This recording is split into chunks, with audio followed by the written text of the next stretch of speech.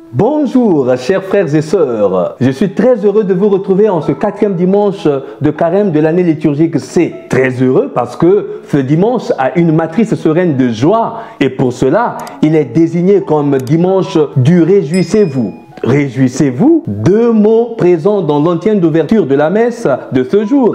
Réjouissez-vous avec Jérusalem et soyez dans l'allégresse à cause d'elle. Vous tous qui l'aimez, tressaillez de joie avec elle. Vous tous qui pleuriez sur elle. Dieu a eu compassion de l'homme perdu et égaré et lui a manifesté en Christ, mort et ressuscité, sa miséricorde. Dans ce dimanche, c'est déjà un avant-goût de la Pâque parce que Dieu a eu pitié de nous. Dieu s'est penché sur la misère de l'homme en lui accordant sa miséricorde par le Christ mort et ressuscité. Pour mieux comprendre ce qu'est la miséricorde de Dieu, la liturgie d'aujourd'hui nous donne la parabole communément appelée parabole du fils prodigue ou parabole du Père miséricordieux. Mais moi, je préfère l'intituler parabole des deux fils perdus. Parce que l'évangile de Luc la présente comme étant la dernière d'une trilogie composée également de la parabole de la brebis perdue dans Luc 15, versets 4 à 7 et la parabole de la pièce perdue dans Luc 15, versets 8 à 10.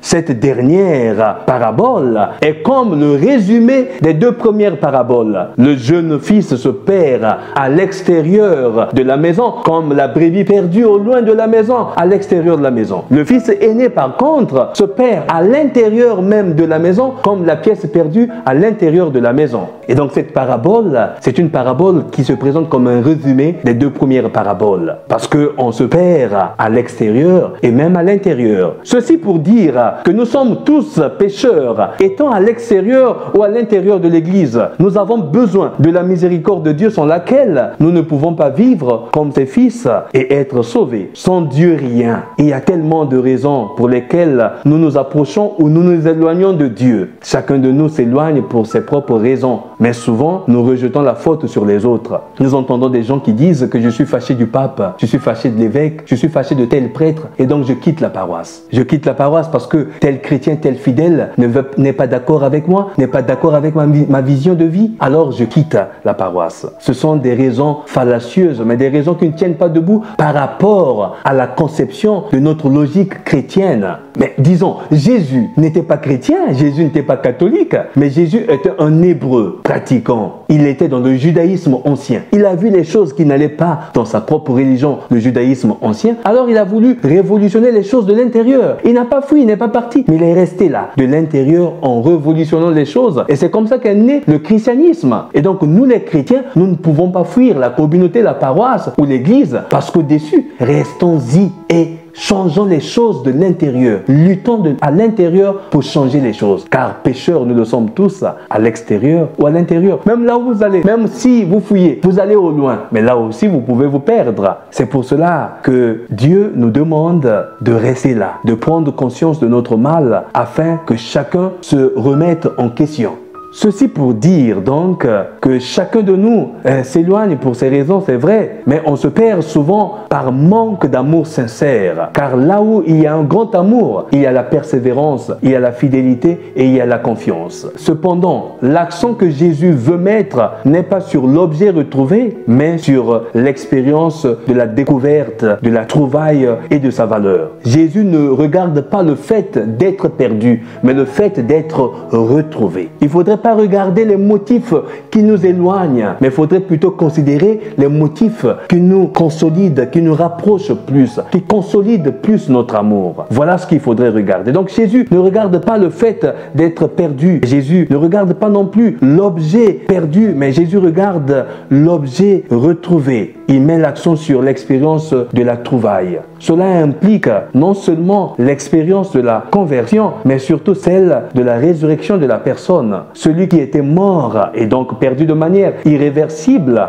est maintenant vivant. Il existe de nouveau. Le père de la parabole ne récupérera pas le patrimoine ou l'héritage qu'il avait donné à son fils désormais dilapidé, mais il récupère le bien le plus précieux, la vie de son fils. Faisons-nous retrouver retrouvez et retournons au Père, retournons à Dieu avec un cœur sincère. Pas comme ce fils l'a fait, parce que tout n'était pas aussi cohérent dans son raisonnement. Pas comme lui, en continuant à faire des calculs insensés, toujours des calculs au milieu de son erreur. Il a continué à faire des calculs. Je veux retourner chez mon père parce que là les travailleurs mangent bien, mais ici je souffre de faim. Ici je meurs de faim. Je dois retourner dans la maison de mon père afin qu'il me considère au moins comme un de ses travailleurs. C'est-à-dire qu'il décide de retourner auprès de son père, non pas en tant que fils, mais comme un des serviteurs, travailleurs de la maison de son père. Il ne cherche pas un père, mais un bon patron pour avoir un salaire et se prendre en charge. Il ne revient pas par culpabilité consciente, mais par la faim. Il ne revient pas par amour, mais parce qu'il meurt de faim. Malgré cela, Dieu ne s'intéresse pas à la raison pour laquelle nous nous mettons en route pour revenir à lui. Le premier pas que nous faisons lui suffit. Pour lui, c'est une perte énorme de perdre un enfant. Dieu n'a pas d'enfant à jeter, mais Dieu n'a que d'enfants à sauver et à récupérer. Alors, et il le montre avec des gestes qui sont à la fois maternels et paternels, et enfin, qui sont des cadeaux très significatifs.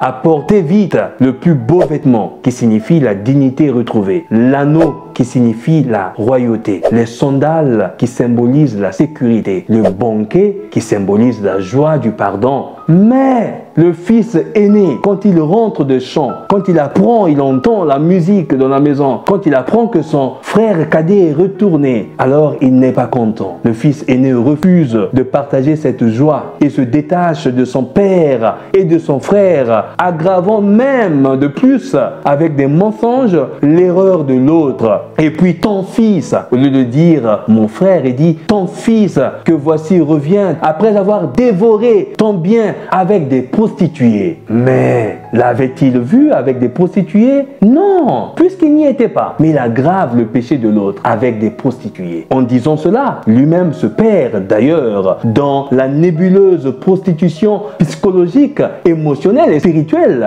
Pire que la prostitution présumée de son frère. Et donc, il se perd lui aussi en étant à l'intérieur même de la maison. Parce que il est rempli d'envie et de mensonges. C'est ainsi quand l'amour n'est pas sincère entre nous, l'envie et la jalousie nous séparent. Dans les communautés, dans l'église et même entre nous les clercs, les prêtres. Aujourd'hui, laissons-nous réconcilier avec Dieu et avec les autres, chers frères et sœurs, comme nous dit Saint Paul. Laissons derrière nous notre passé, comme les Israélites laissèrent derrière eux l'opprobre de l'Égypte, nous dit la première lecture de Josué. Dieu ne calcule pas nos nombreuses chutes, nos égarements, mais Dieu regarde cette volonté de nous lever, de retourner à lui avec un cœur sincère. Alors Dieu nous accueille au cœur de cette célébration eucharistique, chacun là où il va prier, chacun dans sa paroisse, revenons à Dieu avec un cœur sincère et pur. Soyons malléables à son amour pour mieux accueillir sa miséricorde, car sans Dieu, nous ne pouvons rien faire. Priez pour moi comme je prie pour vous. Je vous souhaite un excellent dimanche. Que Dieu vous bénisse.